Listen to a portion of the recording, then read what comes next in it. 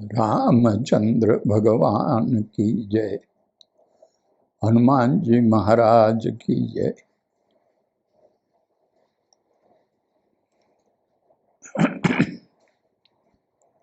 भगवान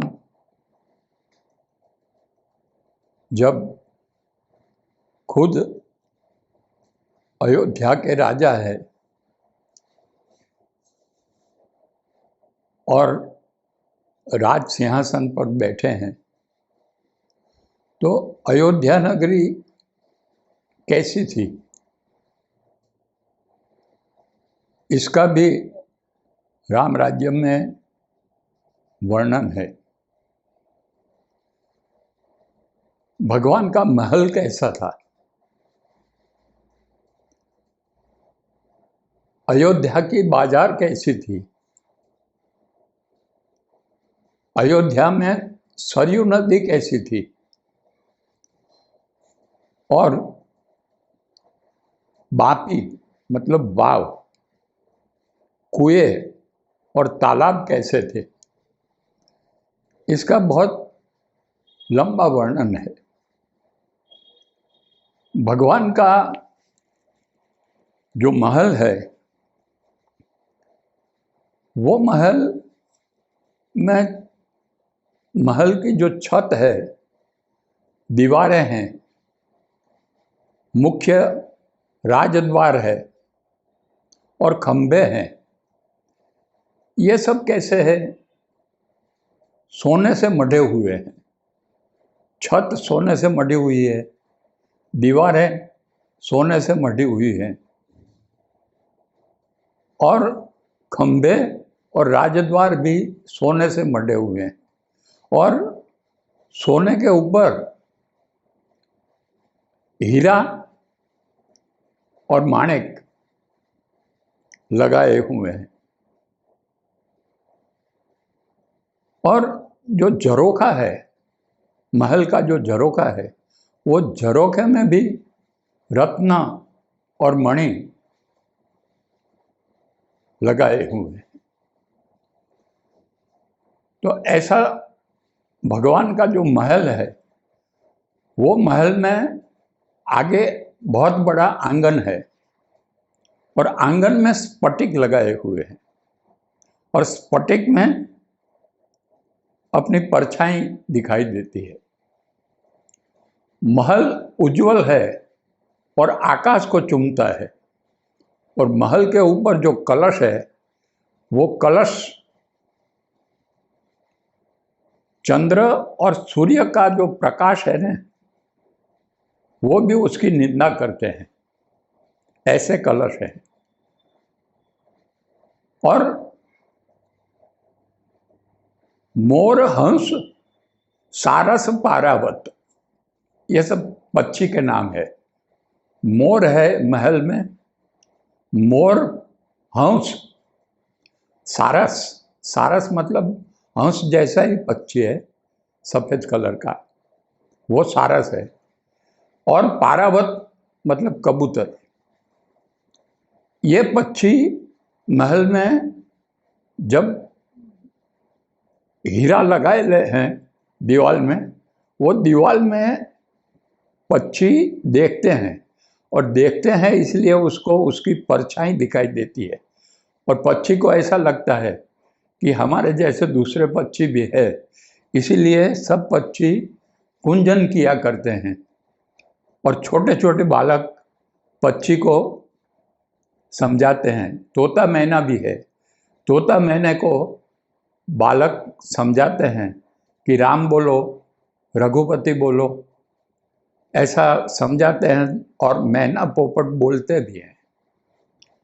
तो ऐसा आह्लादक वातावरण महल का है। और बाजार है अयोध्या की, वो बाजार भी बहुत बड़ी है, सुंदर है। इसका वर्णन करना बहुत कठिन है।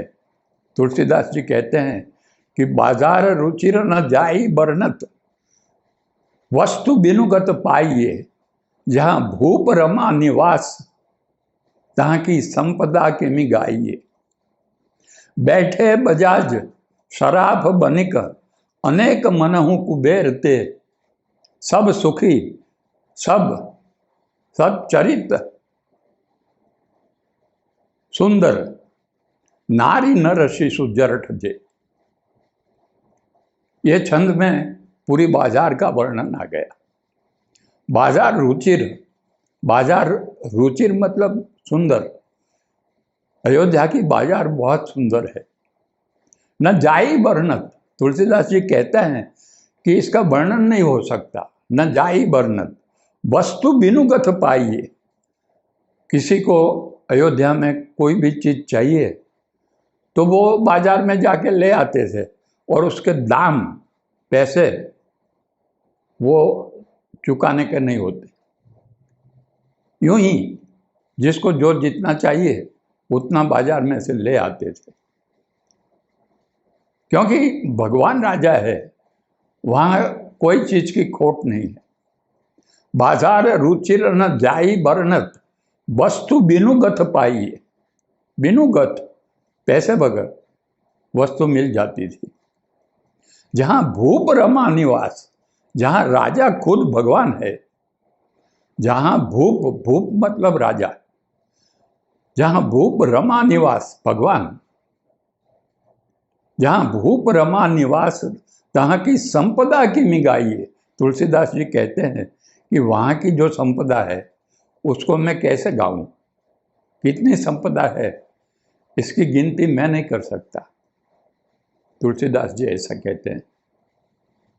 बैठे बजाज, बजाज मतलब जो कपड़े का व्यापारी होता है उसको बजाज कहते हैं। बैठे बजाज शरीफ, शरीफ मतलब जो पैसे की लेन देन करते हैं उसको शरीफ बोलते हैं। बैठे बजाज शरीफ बनिक अनेक मनहु कुबेरते। अनेक, वो एक दो नहीं है, अनेक है। अनेक मनहु कुबेरते मतलब वो सब कुबेर जैसे लगते हैं। जो बजाज बैठे हैं, शराफ बैठे हैं और बनिक बैठे हैं, वो अनेक संख्या में बैठे हैं और वो कैसे लगते हैं, जैसे कुबेर है सब, ऐसे व्यापारी ऐसे लगते हैं। सब सुखी सच्चरित सुंदर, सब सदाचारी है, सब सुखी है। अयोध्या की प्रजा सब सुखी, सब सच्चरित सुंदर नारी नर शिशु जरठ जे। स्त्री पुरुष, शिशु मतलब बाल बालक, और जरठ, जरठ मतलब बूढ़े लोग। स्त्री पुरुष बालक बूढ़े सब सुखी है, सब सदाचारी है और जिसको जो चाहिए वो बाजार में से मुफ्त में मिलता है, वहाँ कोई पैसे की जरूरत नहीं है। तो ऐसा अयोध्या का बाजार है। इस बाजार का वर्णन भगवान वो तुलसीदास जी कहते हैं कि ये बाजार का वर्णन मैं कैसे गाऊं, कैसे कहूं, इतना सुंदर बाजार है। और सरजू नदी, सरजू नदी अयोध्या की उत्तर दिशा में है और उत्तर दिशी सरजू बह निर्मल जल गंभीर, बांधे घाट मनोहर स्वल्प पंक नहीं तीर। नदी कैसी है? सरयू नदी, नदी का भी अपना महत्व है। देखो, ये जो गंगा नदी है उसमें स्नान का महत्व है, गंगा नदी में स्नान करो। यमुना नदी में पान करो, वहाँ पान का महत्व है। और सरस्वती नदी में गान करो, वहाँ गान का महत्व है। ऐसे सरयू नदी में ध्यान का महत्व है। वहाँ मुनि और सन्यासी अपनी कुटीर बना के, अपना आश्रम बना के वहाँ सरयू नदी में सरयू का ध्यान धरते हैं। ऐसे मुनि और सन्यासी अपनी कुटीर बनाए रखे हैं और कुटीर के बाहर के भाग में सबने तुलसी लगाई है और पुष्प वाटिका भी लगाई है। इसीलिए वहाँ भंवरे गुंजन करते हैं और पक्षी सब कुंजन करते हैं। ऐसा आह्लादक वातावरण है। और सरयू नदी के दोनों किनारे पर, दोनों तट पर बिल्कुल कीचड़ नहीं है, स्वच्छ तट है। और जो नदी बहती है वो नदी का पानी गहरा है और निर्मल है, ऐसा दोहे में लिखा है। निर्मल जल गंभीर, निर्मल है, उसमें मल नहीं है, स्वच्छ पानी है और गहरा पानी है और बहता पानी है। ऐसी सरयू नदी के दोनों तट पर वनराजी है, इतने वृक्ष है हरे पत्ते वाले कि आह्लादक वातावरण लगता है। और फिर वहाँ घाट बनाए हुए हैं, घाट इतने सुंदर है, दूर दूर तक घाट है।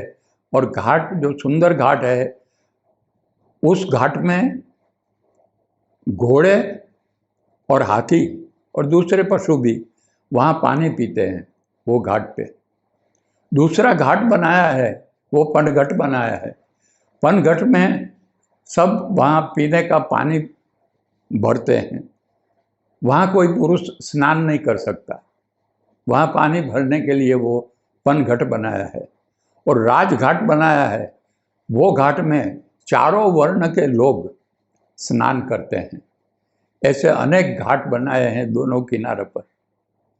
वनराजी है और सन्यासी ने अपने अपनी जगह पर आश्रम बनाए हुए हैं और आश्रम में बाहर के भाग में पुष्प वाटिका और वृंद के वृंद तुलसी के हैं। इतना आह्लादक वातावरण सरयू नदी का है।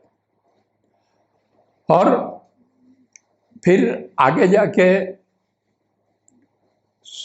जो अयोध्या है, वो अयोध्या नगरी में तालाब है, बापी, बापी मतलब वाव, वाव है और बड़े बड़े कुएं हैं, सब में पानी भरा हुआ है। जो बापी है, वाव है, उसके जो सोपान है उसमें रत्न और मणि जड़े हुए हैं। और जो तालाब है, वो सब तालाब कमलों से, रंग बेरंगी अलग अलग कलर के कमलों से तालाब भरा हुआ है। और कुएं भी बड़े हैं, उसमें भी पानी पूरा भरा हुआ है।